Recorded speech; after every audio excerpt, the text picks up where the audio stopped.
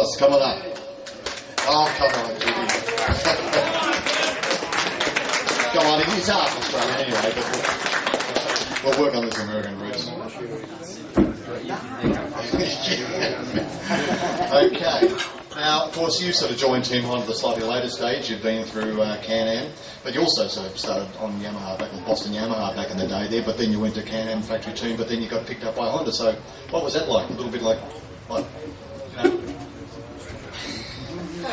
No. Sure. Like I said, you put me on the spot somehow. I'm sure of that, Peter.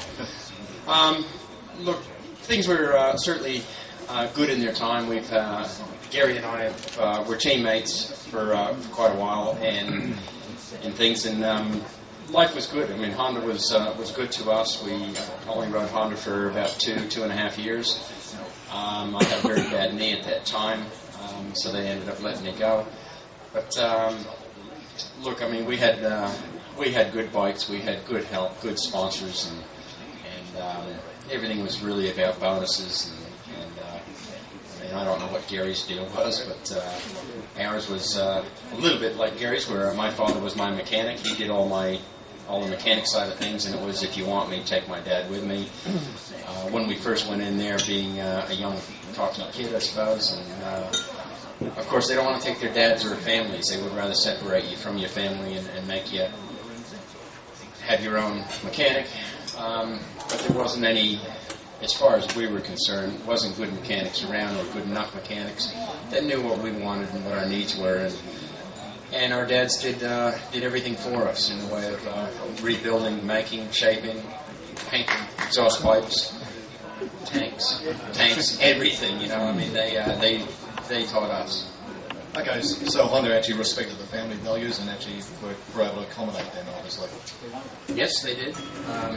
They did after a while. I mean, it did take a little while. I mean, I think we were in such a pioneer stage of getting the Supercross off the ground.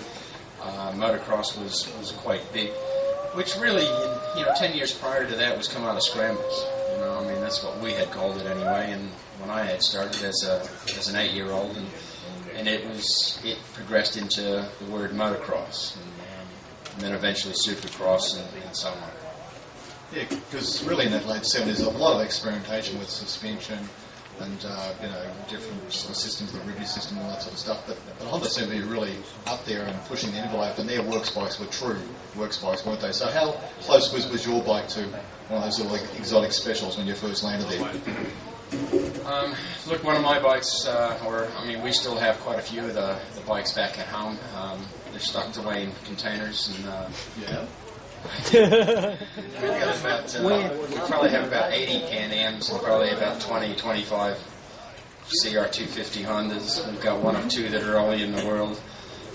We've got some pretty special bikes and pretty special stuff that is still sitting there hiding away. So when everybody runs out of gear, I'll be the answer. That's some superannuation. Something's got to help me pay my way. No, look, Honda had given us quite new bikes, and the bikes that we had were always 2 or 3 years newer. And when we went to Japan, my dad and I ended up going to Japan for about 4 weeks, nearly 5-6 weeks, I suppose it was. And we were riding motorcycles over there that was basically 8 years, 5, 6, 7, 8 years newer than what anybody on the planet would ever see. And these things were so secret, you couldn't do anything unless you had a special little card to get into Honda to see what we saw at that time. And of course, times have changed, and motocross has evolved now into where you're using basically standard bikes. You've got good mechanics, good bikes, and standard bikes. And called standard, fair enough. They're jetted well, they run well, they handle well. But basically, you can go down to the Kawasaki shop, the Honda shop, the Yamaha shop, and buy one of these bikes that Ricky Carmichael's riding. In Gary's time and in my time, we were riding things that were 3-4 years newer than anybody could put their hands on. Yeah. That's a pretty exciting time. I mean, Gary's early years and your sort of development years are really quite something. I mean, they are the stuff of legends, and we really appreciate you sharing that stuff with us. Thank you, Jimmy. Thank you very much.